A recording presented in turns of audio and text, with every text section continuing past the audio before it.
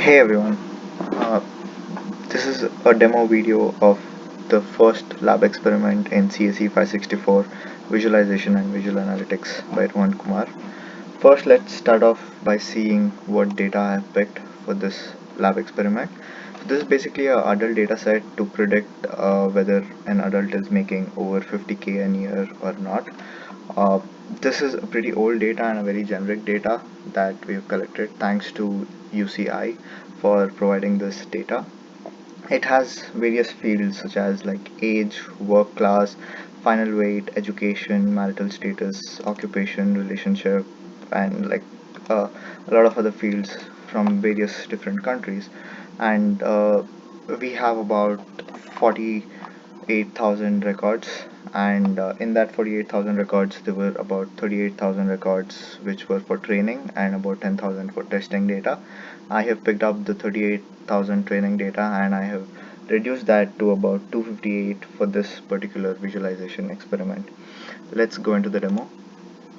We have a drop down box where we actually see what all attributes are available for us to choose from, and then based on that we define do we need to draw a bar chart or a histogram, and all of this is very dynamic. So once the data loads, we're going to extract all the attributes from the data and we're going to populate the drop down, and even from the drop down, based on the data, if it is categorical we're going to draw a bar chart, or if it's a numerical data we're going to draw a histogram.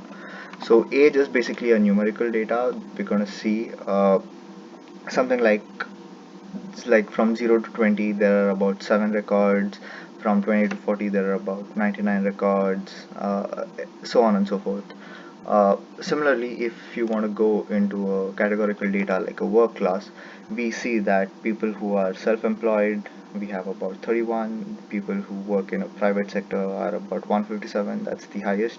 So this is basically a bar chart with all the categories listed on the x-axis versus the frequency of how many people are actually in that data set that I have kind of chosen. Similarly, to run this, as you can see, it's running on localhost. I have used a Python server to emulate a actual server, and I'm loading my uh, HTML and JavaScript using D3 to render these bar charts.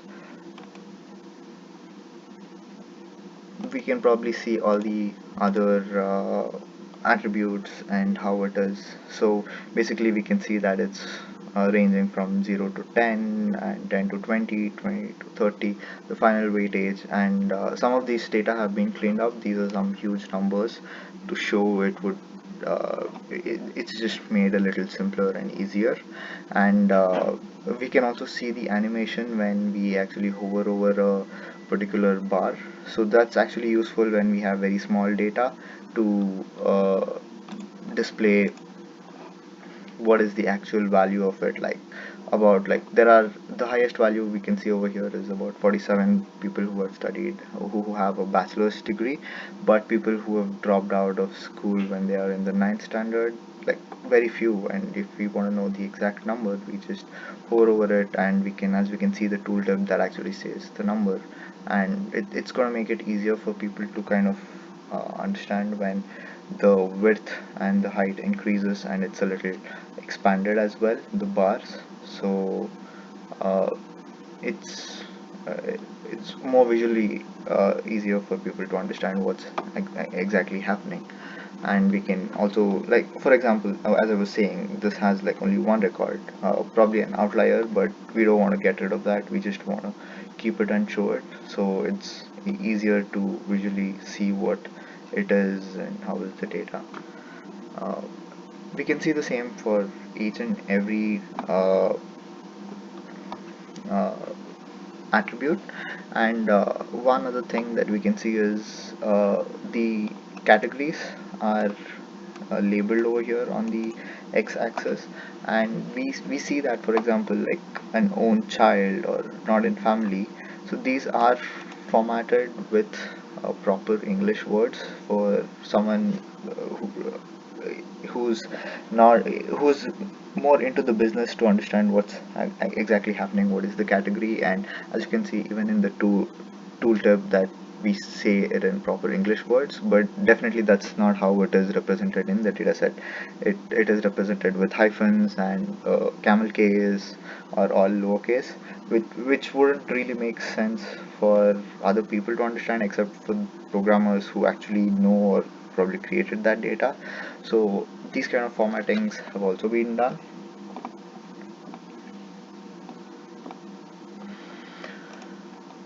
So yeah, I mean, that's pretty much it for except that we also see that, like, when you have data where the whole most of the data is pretty much concentrated in one place, like for example over here in capital gain, that uh, there are about 245 out of 258 who earn about 0 to 20,000 a year, and like very few people who earn more than that, at least in the data that I have chosen.